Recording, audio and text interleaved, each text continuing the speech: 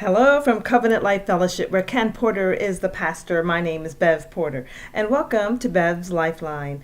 Listen, it takes a lot for me to get rattled, but I'm going to tell you, this week was the exception.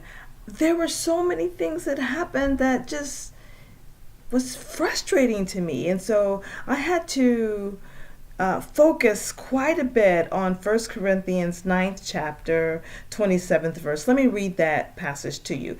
It says, "But I discipline my body and keep it under control, lest after preaching to others, I myself should be disqualified." And so let me just give you an example of some of the frustrating things that happened to me this week. And they were not big things. So for example, I chipped one of my nails, and I have gel nails. So I went into the nail salon for them to repair this one nail. And so when I went in, they sat me down right away and began working. The technician, he began working on my nail, and I was quite pleased because I had another event that evening. And while he had started to repair my one nail, one of his clients came in, and he was delighted to see her. Obviously, there was a relationship that he had with her, and he set her down at the station right next to where I was sitting.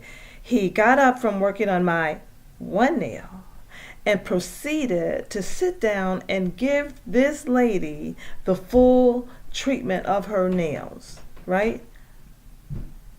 I was livid. Nothing came out of my mouth, but I'm going to tell you, my nonverbals were strong. I looked at him. I looked at her. I'm like, no, he didn't. That's what I was thinking.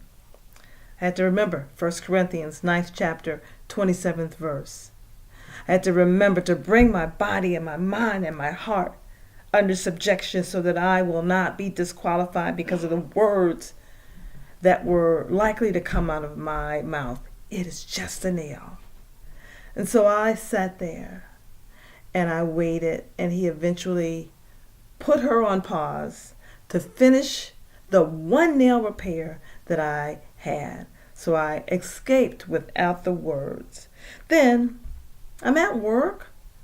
Another occasion of frustration. I was at work, and things that I thought was going to happen didn't happen. Things that I thought was in place were not in place.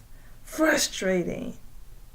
1 Corinthians 9th chapter, 27th verse. And then I was on the phone with the cable service. We're switching our cable provider, and it felt like every 5 minutes or so, the person that was on the line kept getting the prices confused, and I was so frustrated, and what should have been a 10-minute conversation was nearly an hour. Oh my goodness, I was so frustrated. 1 Corinthians 9th chapter, 27th verse. At the end of this, most people are really just trying to do their job. They're not out to get me. I have to assume positive intent. I have to remember 1 Corinthians 9th chapter, 27th verse. I use that verse to control my mind and my mouth and my heart. I also use it even from a health perspective. I have to watch what I put into my body, that I might be able to run the race and to finish my course, and to finish those things that the Lord has set aside for me to do. So I have to be healthy. I have to bring my body into subjection so that I will not be disqualified.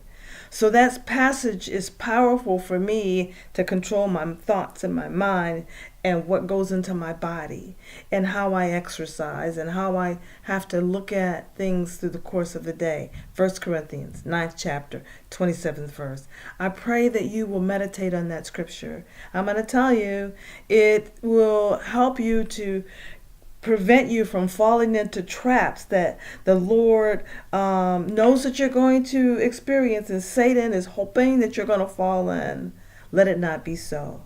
Remember 1 Corinthians 9th chapter, 27th verse. Hide it in your heart. Lock it in your mind. You're going to need it before the course of this week is over. I'm sure of it. Know that I love you, infinity. Know that this is missions work. So I am hoping and praying that you will like this on Facebook. I'm also hoping that you will share it as well. Until we meet again. Bye for now.